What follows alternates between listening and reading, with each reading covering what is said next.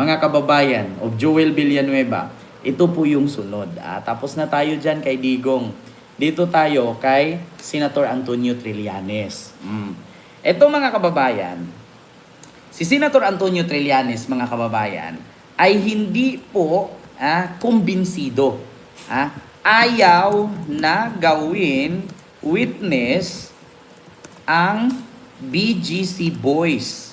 No? Siya po'y nananawagan sa DOJ na huwag daw gawing witness ang BGC Boys. Isa na dyan si Alcantara, si Bryce, at saka yung iba pa. No? Kasi kasabwat daw yan ni Digong sa katiwalian noon. Yeah. Yes, Your Honor, may service firearms po ako. Meron ka. Di ba pinakita ko sa video? Sa mga nagsasabi na ang lahat ng mga nangyayaring ito ay isang political na away between Marcos at Duterte. 2017 pa lang ay final ko na ang kaso. Wala pa po sa pwesto si President Marcos. Halos 8 taon. Ano ba ginawa ng GMA? BGC Boys, the Bulacan group of contractors as they have been known to casino employees, complete with valid identification cards, dating District Engineer ng Bulacan na si Henry Alcantara, OIC District Engineer ng Bulacan, First District, Bryce Erickson G. Hernandez. Malulula tayo sa laki ng halagang naging talo sa casino ng 5 ito. 950 million in gross losses, Mr. President. District Engineer Bryce Hernandez, JP Mendoza, 6.7 billion pesos in gross losses. Mula August 31, 2023 hanggang April 4, 2024. Sinuwerto nga ba sabay-sabay na nalala ang mga ito, Mr. President? O baka naman money laundering scheme? B as in billion, hindi M or million. Chiefs to cash, 1,385,360,250 pesos. Magtamang sina Alcantara at Hernandez na may parehong level ng pagmamahal sa pera. Kalat na nga ang kanyang mga larawan sa social media dahil sa kanyang kabulastugan. Aba, hindi man lamang nahiyang pumasyal-pasyal sa isang kasino sa Metro Manila hanggang noong September 1, 2025. Habang naghihiring ang Senate Blue Ribbon Committee, si Bryce nasa isang kasino nagsusugal. Sige pa rin ang pagpapasasa ng BGC Boys sa pagbabalda ng pera ng taong bayan. Walang kahiya-hiya sa katawan. Wala pang konsensya mga ito. Kung garapala ng pagbabaldas ng kaban ng bayan sa mga kasino, lalong garapala ng kanilang pagduduktor ng mga dokumento para makapagnakaw. Kita ninyo? So yun po ang sinabi ni Senator Ping Lacson. Kaya ngayon mga kababayan, nanawagan po si Senator Antonio Trillanes. Ano bang sabi niya, dating Senator Antonio Trillanes? Ito po, according po dito mga kababayan, galing po ito sa Pilipinas Today. Ayan po basahin ko lang. Ayan po, si Trillanes po yan. Kita nyo po, may ebidensya po tayo. Hindi po tayo fake news, hindi po tayo gumagawa-gawa lang ng kwento dito. So ang sabi dito, basahin ko lang Nakalagay dito mga kababayan, Pilipinas Today.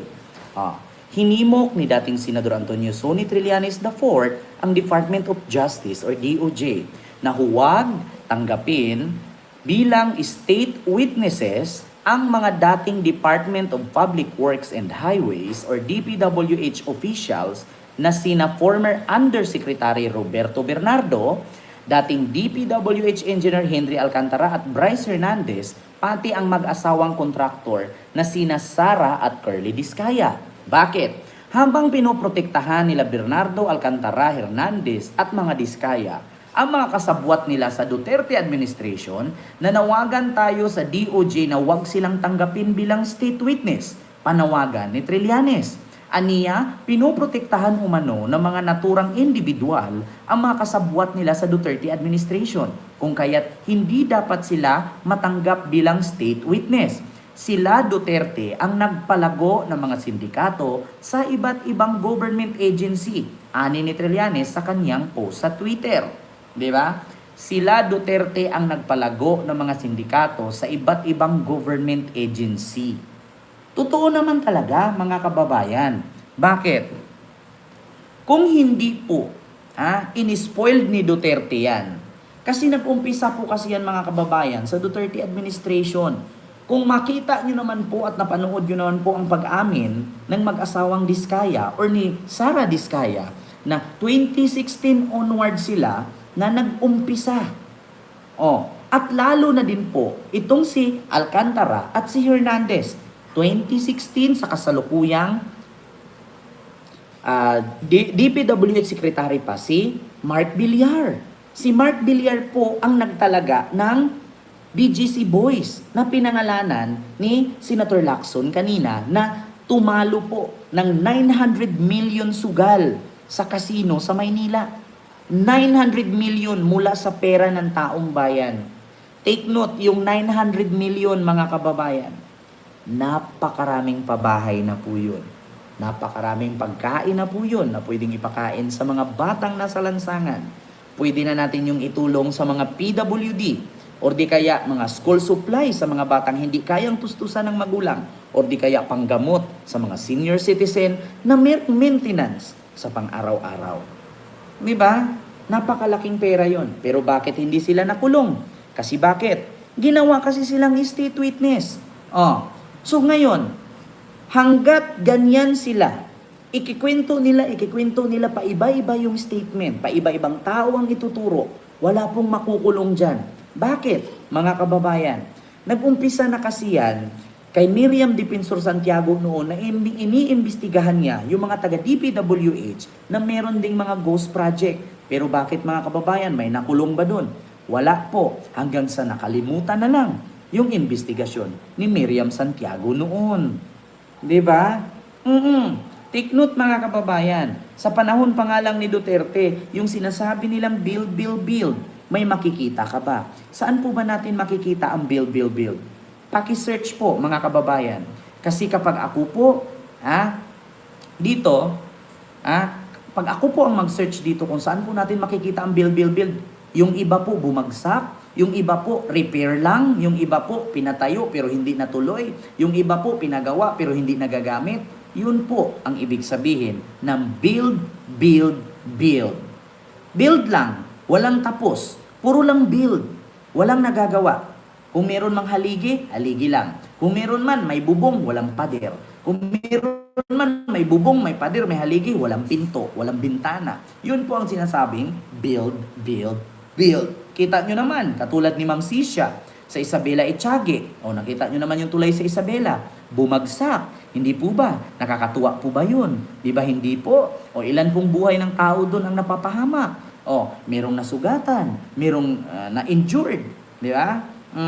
Kaya dito po, mga kababayan, nanawagan po si Senator Antonio Trillanes na sana wag gawing state witness itong si Hernandez, si Alcantara, si Diskaya, at itong si Bernardo. Bakit?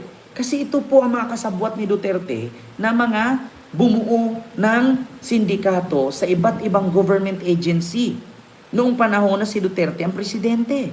Di ba? Yun po ang katotohanan, mga kababayan. Yan po ang panawagan ngayon ni Senator Antonio Trillanes III or the fourth pala. Lahat ng nangyari sa Pilipinas, puro si Duterte na lang ang alam mong pagbintangan, sabi ni John Robles. Sumagot naman, sino ba ang magnanakaw at tiwali? Di ba puro mga pro-Duterte ang sangkot? Totoo naman talaga. May dolomite pa. Biruin mo, kulang-kulang 300 million. May dolomite. Anong nangyari? Sinong nakikinabang sa dolomite? Mga tao. Sa tingin ninyo, pag araw-araw may tao dyan sa dolomite, anong makukuha mo dyan? Wala namang bayad.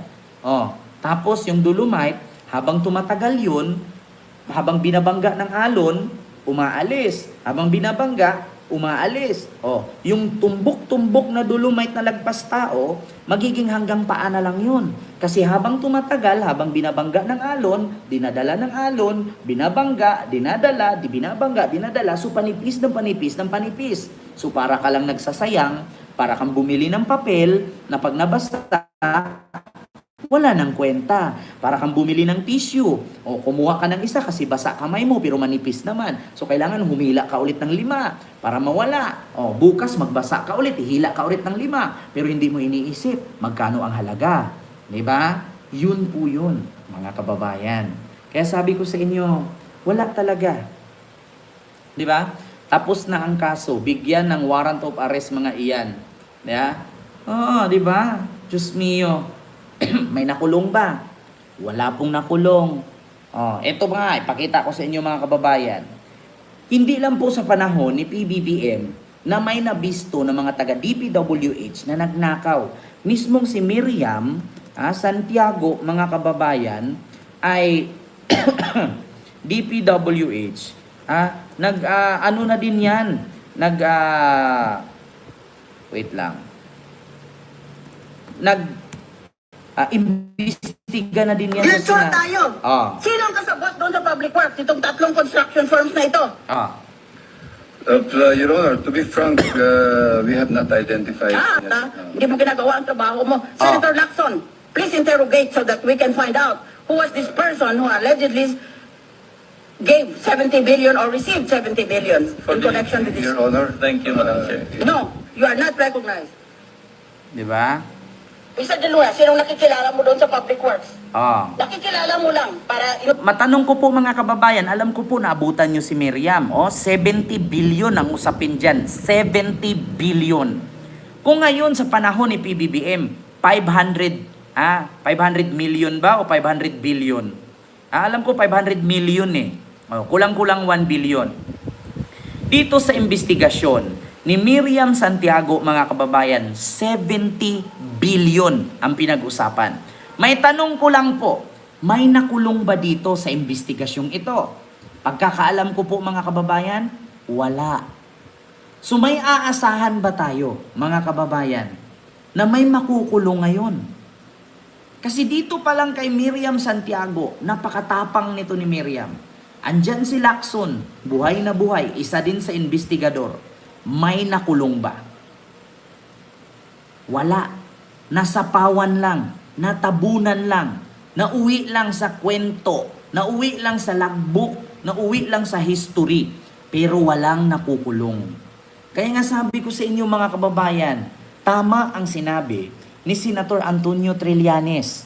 Huwag gawing state witness yan kasi yan yung mga nagnanakaw. Nagpakasasa sila. Bakit nyo gawing state witness yung mga yan? Di ba? Bakit nyo gawing state witness yung mga yan? Iyan yung mga nagnanakaw. Tapos ngayon, iba ang ilalabas. Yung isa naman, bukas iba na namang kwento. Tapos meron na namang ipapasok dyan. Meron na namang ipapasok dyan si Marcoleta na panggulo na naman. Di ba? Kita nyo? Sente lang na pagtatanong. Dahil dyan po ako nagninegosyo, halos lahat po sila kakilala ko. Individual po lahat, halos kilala po namin. Alright. Ito po, naka-record mga kababayan, 2009 DPWH 70 billion. 2009 DPWH 70 billion, scandal rage biddings. All right, you are stonewalling me. Diba? Senator Miriam Santiago lang sa kalam. Ang tanong dito, may nag-comment. Ito ba matapang as in si Miriam? Ang tanong, may nakulong ba? Maraming nag-comment, wala. Diba? 70 billion yan, 2009. Issue na ng DPWH yan. Ngayon mga kababayan, kung kayo ang tatanungin, tama po ba si dating Senator Antonio Trillanes na wag gawing state witness ang mga kontraktor na sangkot? Kasi para sa akin mga kababayan, hindi po talaga sila pwede gawing state witness. Ang dapat sa kanila, ikulong na po sila. Kunin lahat ng perang ninakaw nila as long as kaya nilang mailabas. Hanggat saka ibuturan ng kanilang bulbul, dapat bawiin. Kasi pera ng taong bayan yan. Bakit mo gagawing state witness at hindi mo babawiin lahat ng ninakaw nila?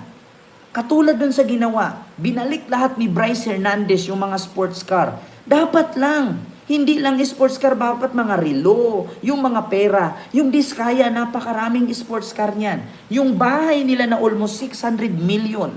Yung mga figurine nila dun sa bahay nila.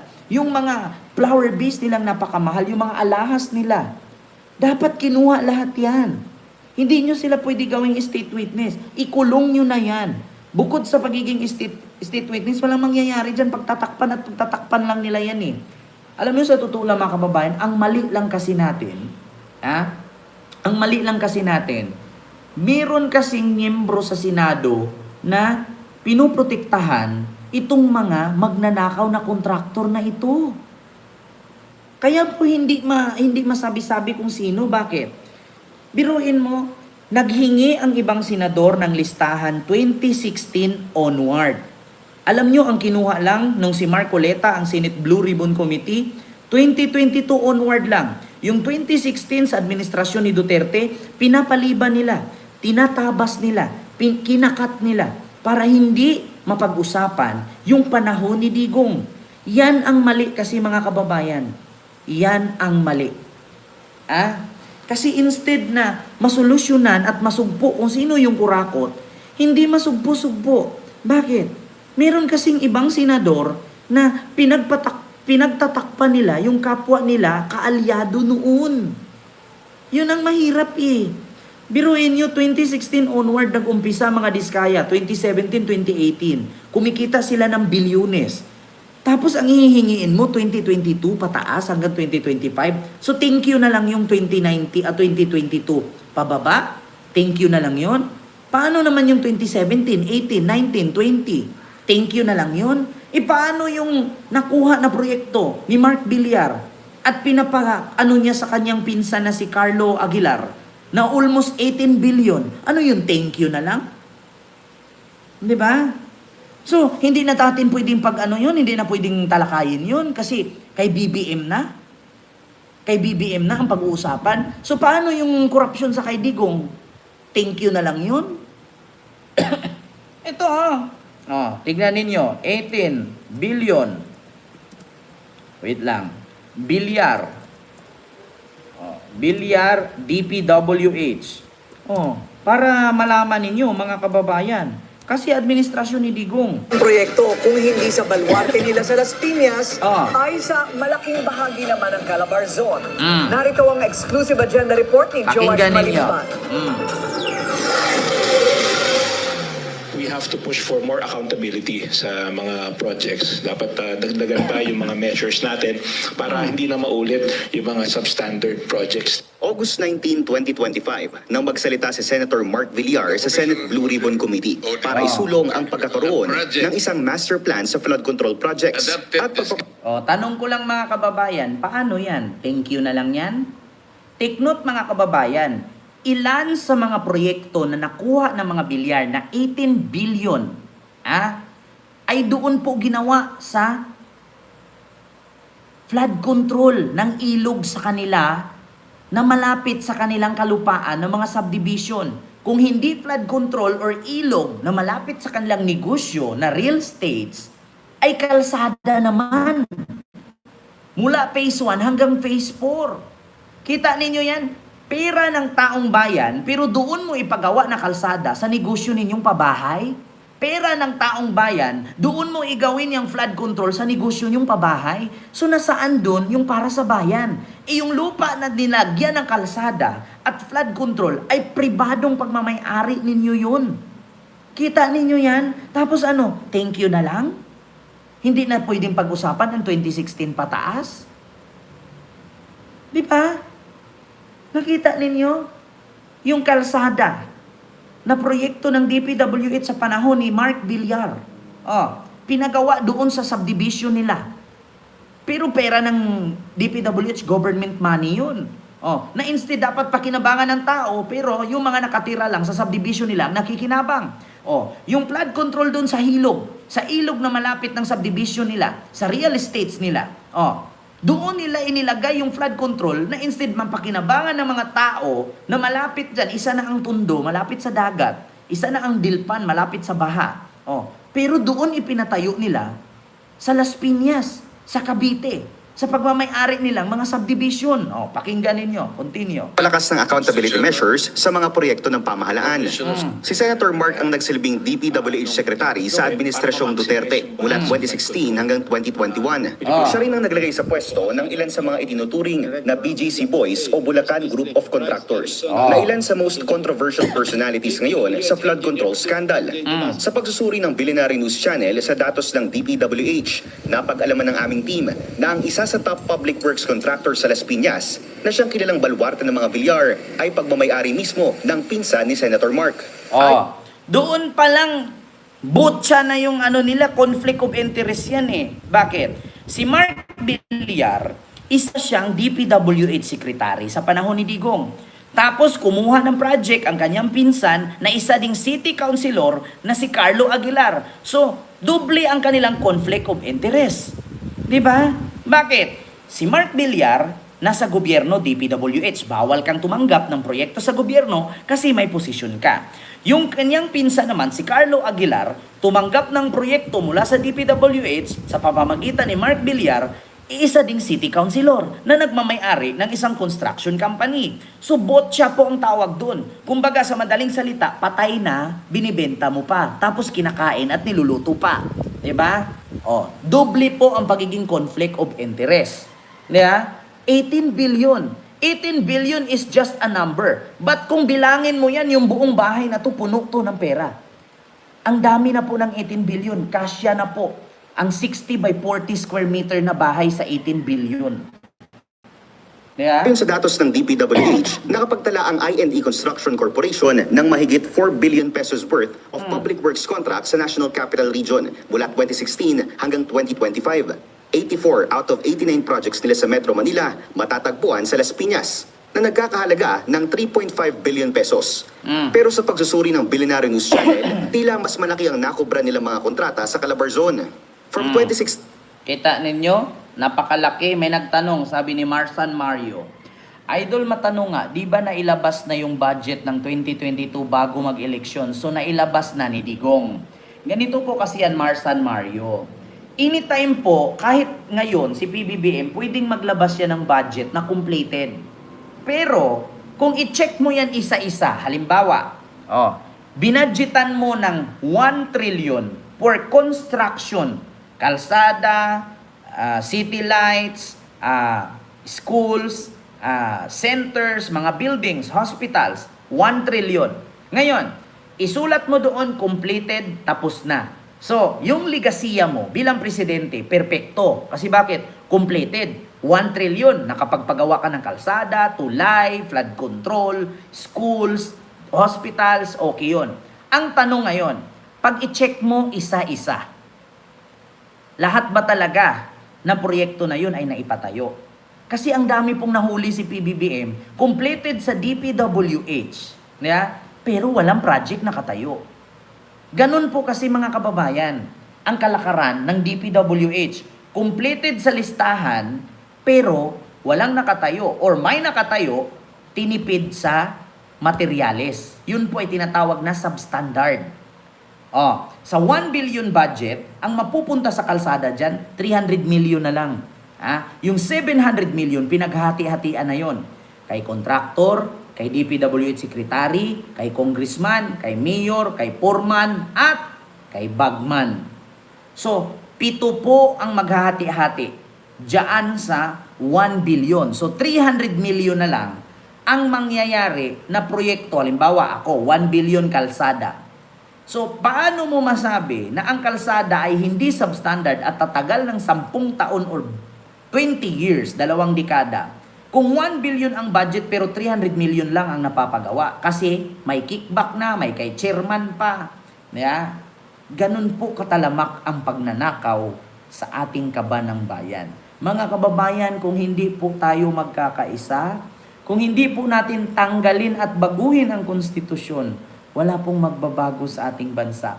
Kahit pa mamatay na lang ako, kayo, matapos na lang yung termino natin sa buhay, hanggat hindi po papalitan ang konstitusyon ng ating bansa, hindi po mawawala ang korupsyon. Totoo po yun, mga kababayan.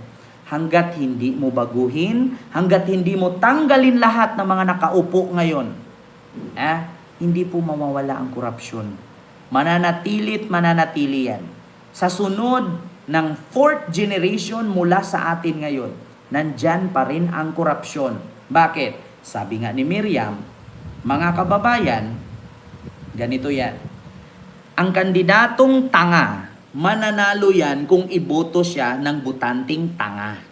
Diba? Yun. Diba? So yun po yun, mga kababayan. Yung